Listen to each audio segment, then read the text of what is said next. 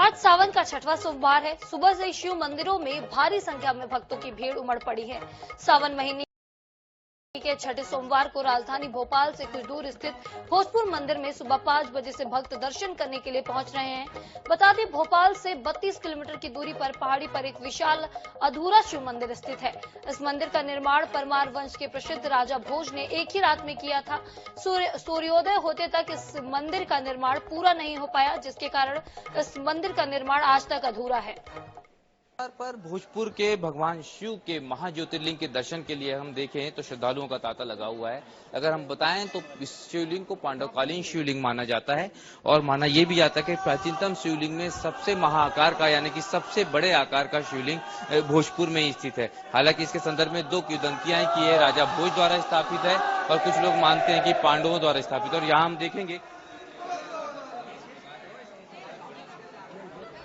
भगवान शिव का श्रीफल बेलपत्र दुग्धाभिषेक करते नजर आ रहे हैं। दूसरी तरफ मैं बाहर की तरफ दिखाऊं तो प्रकृति की गोद में भगवान शिव का ये मंदिर है और शिव प्रकृति के ही रूप माने जाते हैं। एक तरफ बेतवा नदी का किनारा है तो दूसरी तरफ अगर हम देखेंगे तो हरियाली चारों तरफ इस मंदिर के नजर आती है, क्योंकि पहाड़ों के बीच में मंदिर है। तो यहाँ को लेकर किंवदंती है, वो भी हम यहाँ के पुजारी जी जो हैं उनसे जानेंगे कि भगवान शिव को लेकर यहाँ पर क्या माना जाता है, किस तरह की वो है। विस्तृत रूप से एक बार फिर जानते हैं भगवान शिव को लेकर जो किंवदंती है और यहाँ के ज्योतिर्लिंग को लेकर, शिवलिंग को लेकर, वो क्या है।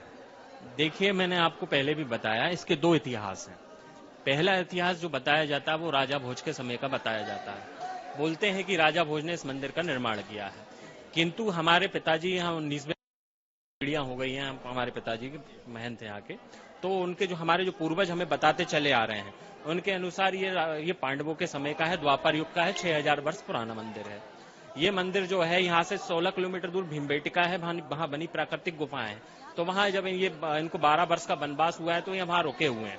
तो वहां रुकने के बाद उन्होंने साथ माता कुंती थी, तो माता कुंती शिव उपासक थी। जब तक वो शिव की पूजा नहीं करती थी तब तक वो अन्न जल ग्रहण नहीं करती थी। तो महत्वपूर्ण बातें हैं, चूंकि पांडवकालीन समय में जो सामान्य ऊंचाई हुआ करती थी वो 5 या 6 फीट नहीं हुआ करती थी। ये अपने आप में लगभग 18 से 20 फीट होती थी और यही कारण है कि शिवालय को इतनी ऊंचाई दी गई। और इसका एक भीम बैठका से भी जो है सहयोग पुजारी जी द्वारा बताया गया है और शायद यही कारण है कि इस तरह के शिवलिंग कहीं और देखने को नहीं मिलते। कैमरामैन सनी के साथ अनुराग मालवी, INA 24/7।